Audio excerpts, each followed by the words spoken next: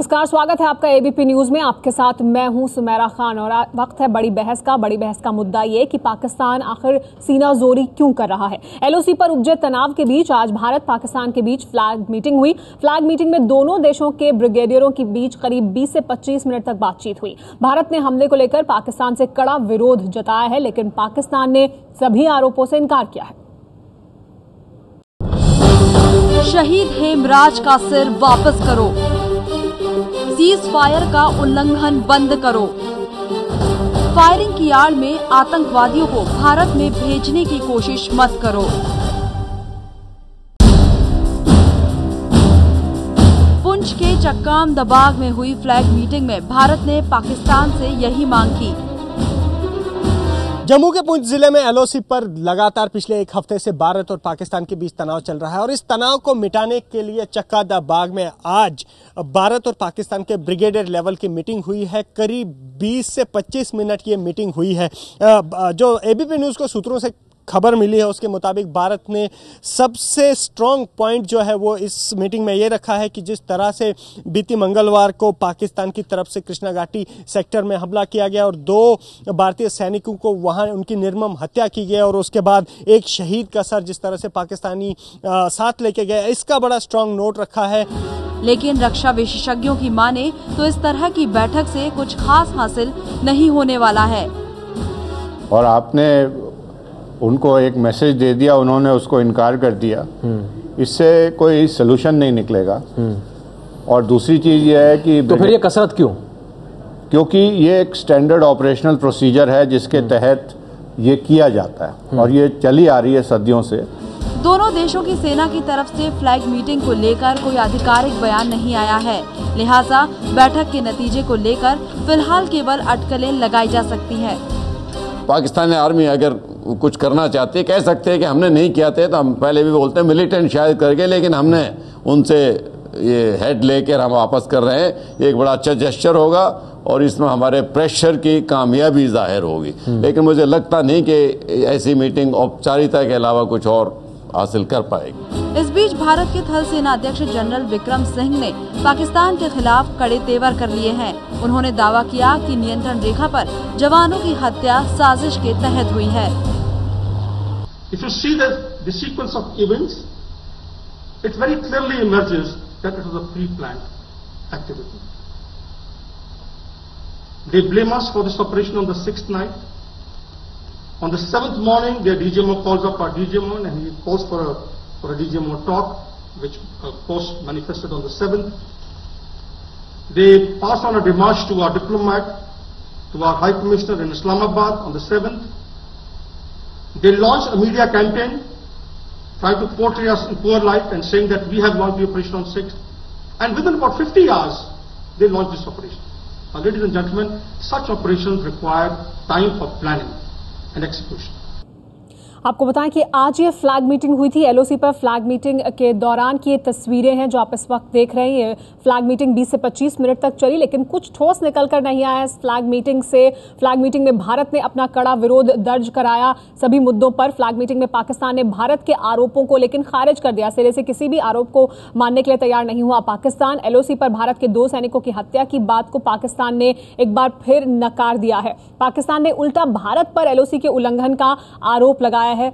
हमारे साथ इस वक्त भूटान की राजधानी थिम्पू से जुड़ गए एबीपी न्यूज संवाददाता आशीष कुमार सिंह। फिलहाल विदेश मंत्री सलमान खुर्शीद भी भूटान के दौरे पर हैं। आशीष, आपकी बात हुई विदेश मंत्री सलमान खुर्शीद से, क्या उनका कहना है आज की फ्लैग मीटिंग को लेकर और जो पाकिस्तान का रुख रहा है उस फ्लैग मीटिंग के दौरान उस पर?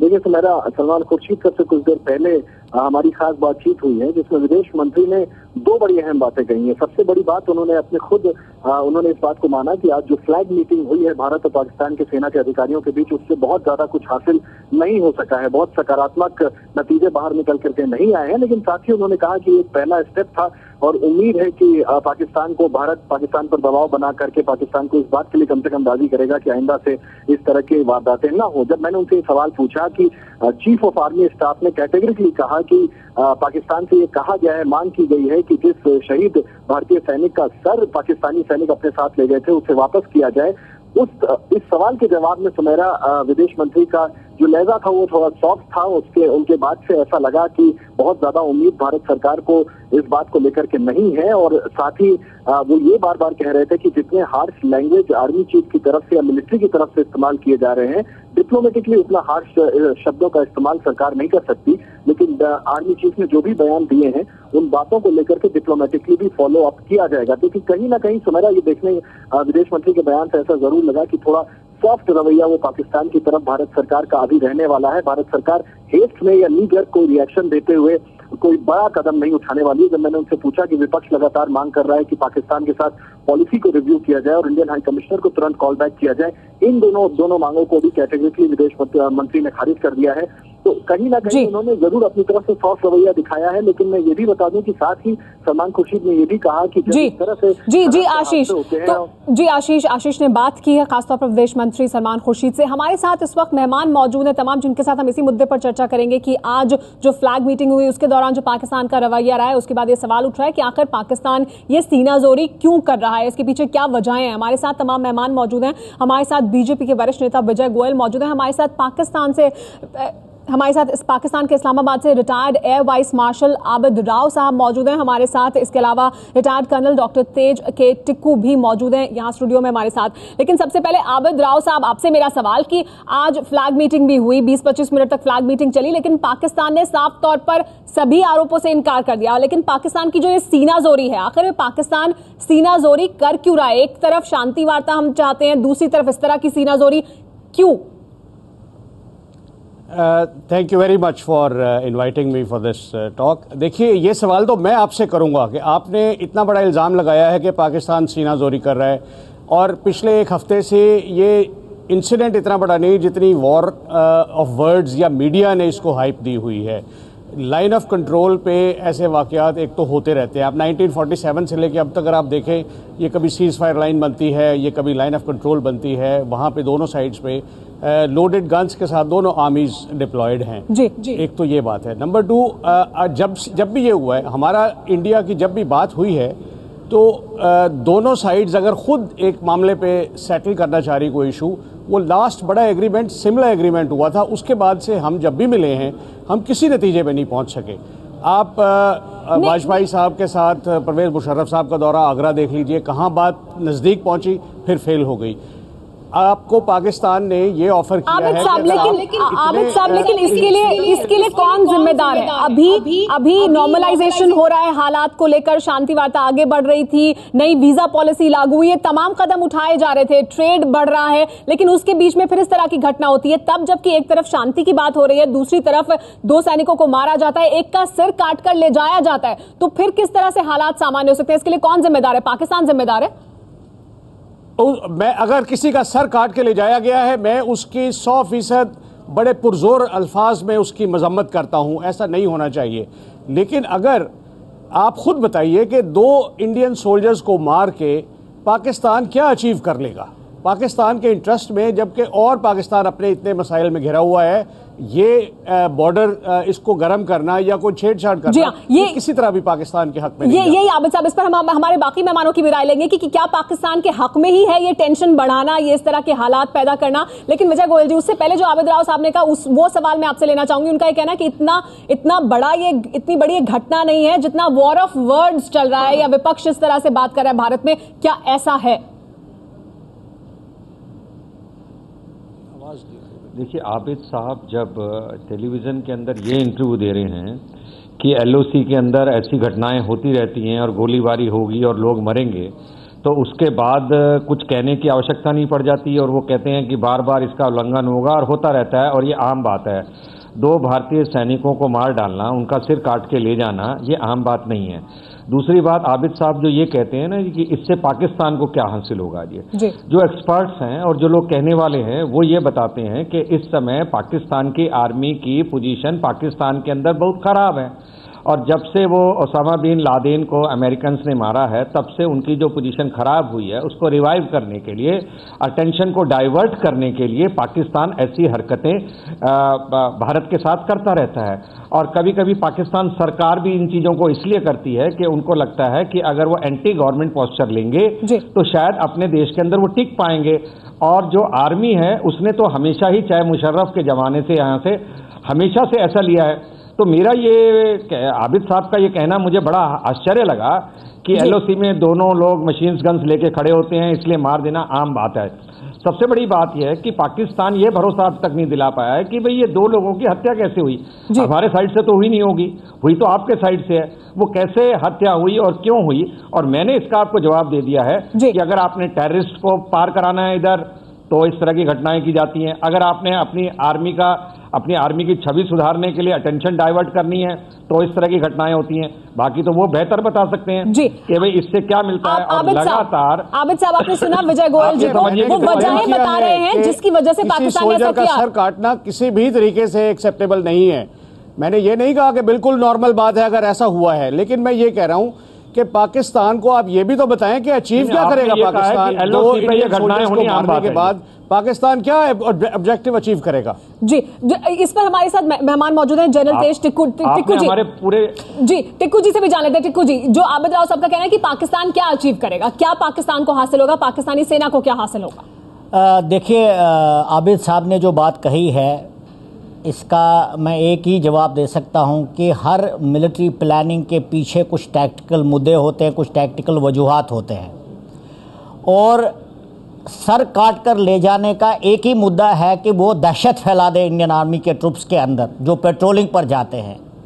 और आपका ये कहना कि वो इस चीज़ से क्या अचीव करेंगे, वो इंडियन आर्मी के मनोबल को दबाने के लिए, उनके मोराल को नीचे करने के लिए और अपनी आर्मी के मनोबल को बढ़ाने के लिए ऐसा किया जाता है। ऐसा नहीं है कि ऐसा मिलिट्री टैक्टिक्स में आपकी आर्मी में नहीं है, ये पहले से आता रहा है और ये पहले से ही चलता आ रहा है और यही चीज़ अभी भी की जा रही है। जहाँ तक आपके डिनाइल की बात है, आपने ये भी बोला था कि कारगिल में आप थे ही नहीं, फिर बाद में पता चला कि नॉर्दर्न लाइट इन्फेंट्री वहाँ पर थी। आपने पहले बोला कसाब तो हमारा है ही नहीं, फिर कसाब आपका ही निकला। अब भी आप बोल रहे हैं हमें क्या मिला तो ये कि आपने दो हमारे भारतीय जवानों का सर वहां ले लिया ताकि हिंदुस्तान को आप बता सके कि हम कितनी दहशत फैला सकते हैं आपकी आर्मी में। यही आपका मुद्दा है। आबिद राव साहब, ये इंटेंशन है, ये नियत है, तो फिर दोस्ती कैसे आगे बढ़ेगी? आप कह रहे हैं कि दोस्ती आगे बढ़ाना चाहते हैं, कैसे बढ़ेगी? ये नियत है अगर तो मैं आपसे एग्री करता हूं। ऐसे हालात अगर पाकिस्तान एक इंसिडेंट को अगर इतना बड़ा मानी दे दिया जाए कि आज आपके चीफ ऑफ आर्मी स्टाफ की मैंने आज प्रेस कॉन्फ्रेंस देखी थी, ये इंसिडेंट मतलब ये तो मैं प्रोवोकेशन कहूँगा इंडिया की साइड से है। हम तो कह रहे हैं आपसे एक हफ्ते से कि भाई अगर आप इतना ज्यादा बेयकीनी, आप अपनी बात को यकीन कर रहे हैं, मैं अपनी बात को यकीन कर रहा हूं, अगर हम दोनों में कॉन्फ्लिक्ट इतना ज्यादा है, एक तीसरे आदमी को यूएन के जो मिलिट्री ऑब्जर्वर ग्रुप्स है आप उनसे करवा लीजिए। वो भी आप तैयार नहीं है। पाकिस्तान हमेशा लाना चाहता है, पाकिस्तान खुद क्यों नहीं कर सकता इंक्वायरी? दे रहे हैं और इंसिस्ट कर रहे हैं कि आप सही हैं। आबिद साहब, पाकिस्तान तीसरे व्यक्ति को क्यों लाना चाहता है? पाकिस्तान यूएन को क्यों लाना चाहता है? उसमें भी तो आपका फायदा है, उसमें भी आपका मफाद है ताकि इस बार पूरे मुद्दे का अंतर्राष्ट्रीयकरण हो। नहीं, ये इंटरनेशनल तो मामला ऑलरेडी है। यूएन के ग्रुप्स वहां पे जो मौजूद हैं वो मुद्दत से मौजूद हैं, आप उनको इस्तेमाल तो करें। आप अगर अपनी पोजीशन को दुनिया में साबित करना चाहते हैं कि आपके साथ ज्यादती हुई है या पाकिस्तान दहशत फैला रहा है, ये तो 9/11 के बाद इंडिया ने खामखा एक अमेरिका का रोल अडॉप्ट करने की कोशिश की है। पाकिस्तान के सारे जेस्चर्स दोस्ती के आप किसी एक छोटे से वाक़े से इतना ब्लो अप करते हैं कि वो बात कहीं से कहीं पहुंच जाती है।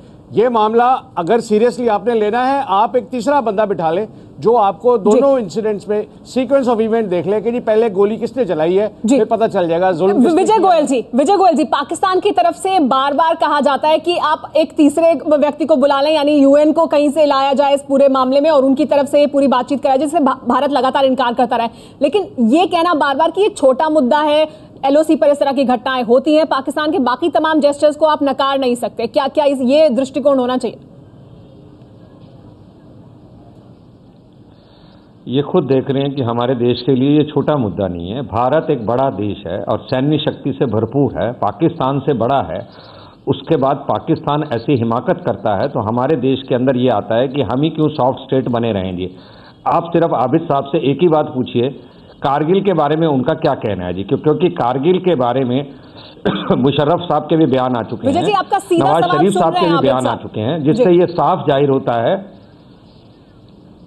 जी। तो उसके बारे में वो क्या कहेंगे जिसके अंदर ये सीधा सीधा इन्हीं के लोगों ने ये बात को माना है कि आर्मी इन्वॉल्व थी उसके अंदर और उन्हीं घटनाओं के लिए वही जिम्मेदार थे। ऐसा हम तो पहले कह रहे थे, अब तो पाकिस्तान ने माना है। तो ऐसे ही ये घटना के बारे में भी लोगों को पाकिस्तान के प्रति आशंकाएं लगती है। मैं एक बात बता देता हूं इनको, हमारा देश के अंदर आम जन जो है वो पाकिस्तान के साथ अच्छे संबंध चाहता है, किंतु वो जब ये देखते हैं कि पाकिस्तान दहशतगर्दों को अपने यहाँ ट्रेनिंग देता है, पीओ के अंदर ट्रेनिंग होता है और ये कैंप्स होते हैं, और ये हम नहीं कहते, अमेरिका समेत बाकी देश भी जब इस बात को कहते हैं तो हमारे देश के अंदर इनकी चिंता होती है। इनसे ज्यादा मुसलमान तो हमारे यहाँ लोग रहते हैं और हम उनकी हिफाजत करते हैं, हम ध्यान रखते हैं।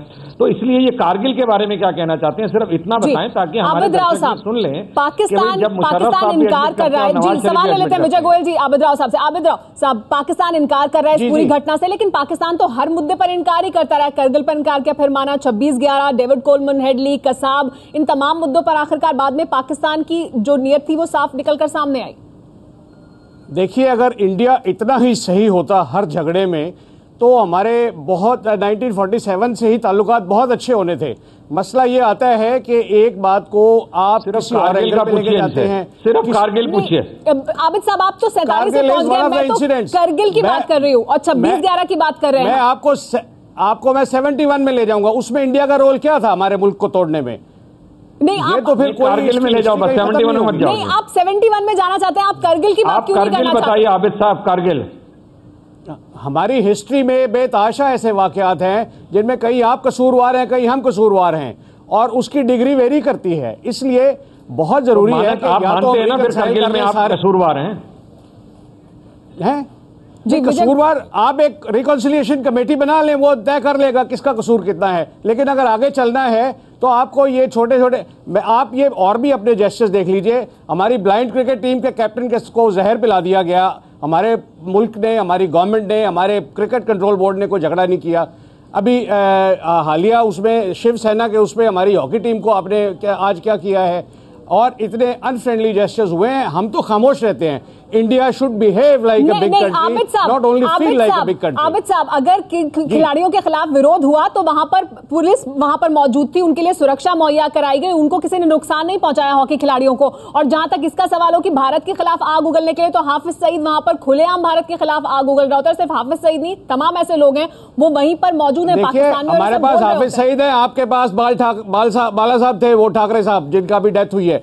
सवाल ये है कि ये एलिमेंट्स तो रहेंगे। The government has to behave in a very sane manner, और वो इन छोटी बातों पे, बड़े बड़े एक इंसिडेंट पे आपने बातचीत करनी बंद कर दी। जी आबिद साहब, मैं आपकी एक तारीफ करना चाहता हूं कि जी आप कम से कम करगिल के बारे में आपने कोई डिफेंसिव पोस्चर नहीं लिया, और आपने माना कि कई बार गलतियां होती हैं। पर आप जब हाफिज सईद के साथ बाल ठाकरे की बात करेंगे, बाल ठाकरे के क्या एक इंसिडेंट बताइए ना, आपको क्या प्रॉब्लम दिखाई दिया उसमें जाकर? नहीं, चले इसी मुद्दे पर अभी फिलहाल रहते हैं। आबिद साहब, 7 साल पहले शिवसेना ने फिरोज शाह कोटला ग्राउंड खोद दी थी कि पाकिस्तान में क्रिकेट मैच न खेले। इंडियन गवर्नमेंट बॉम्बे में क्रिकेट मैच नहीं करवा सकती। सरकार किसी को मारा तो नहीं, आबिद साहब, वो किसी का सिर तो नहीं काटा था। और जब आप ऐसी हरकतें करेंगे तो हम सॉफ्ट प्रोटेस्ट तो करेंगे ना। आप किसी खिलाड़ी पर हमला नहीं किया और सरकार का सॉफ्ट प्रोटेस्ट तो करेंगे जब आप सिर काटेंगे, जब आप अभी लोगों को मारेंगे, सैनिकों को मारेंगे। क्रिकेट टीम के कैप्टन को जहर पिला दिया है आपके, उसने पिछले महीने की बात है। नहीं, ऐसा पिछले महीने की बात है। होटल में आप इस बात पे मानते हैं कि वो क्रिकेट के कैप्टन को कोई जहर हम दिलवा देंगे? जी, आप कैसी बातें करते हैं आबिद साहब? क्या हम जहर दिलाएंगे? आपको ऐसा लगता है वो क्या हमारे देश के लिए खतरा था क्या? देखिए, आप एक्ट्स ऑफ टेररिज्म को स्टेट स्पॉन्सरशिप से अलहदा कर दीजिए। टेररिस्ट उधर भी हैं, इधर भी हैं, जिनको नॉन स्टेट एक्टर कहा जाता है। Please differentiate between the two. अगर गवर्नमेंट ओन करे, गवर्नमेंट खुद ये करे, या आप साबित कर दें, तो मैं मानने को तैयार हूं। आबिद साहब, जब पाकिस्तान, जनरल टिक्कू, कर्नल टिक्कू माफ कीजिएगा, जब पाकिस्तान बार बार ये कहता है कि नॉन स्टेट एक्टर्स हैं, पाकिस्तान नहीं जानता कि क्या कुछ हुआ एलओसी पर, क्या इसमें भी पाकिस्तान की जो नीयत है वो कहीं निकलकर सामने आती है? नॉन स्टेट एक्टर्स है तो पाकिस्तान क्यों नहीं कार्रवाई करता उनके खिलाफ? पहले मैं आबिद साहब को एक दो चीजें साफ कर दूं। कार्रवाई कर रहे हैं, देखिए आबिद साहब, मैं एक दो पॉइंट्स आपके क्लियर कर दूं।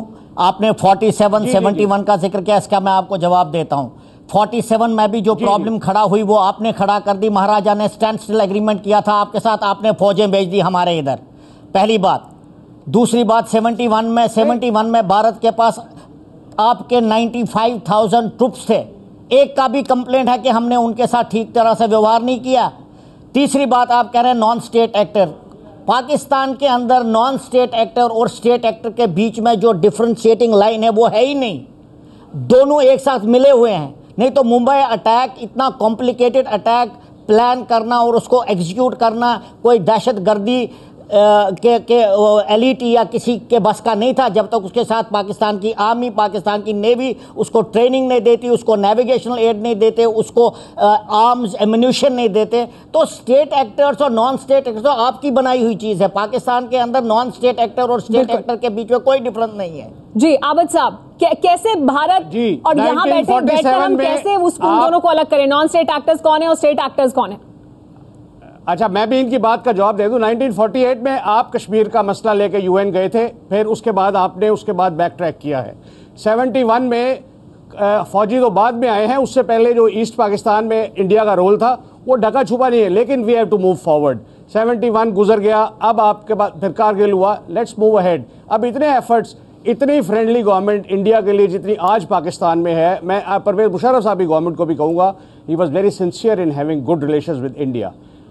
वो भी मौका आपकी सिटिंग गवर्नमेंट ने ज़ाया किया, एग्रीमेंट होते होते रह गया।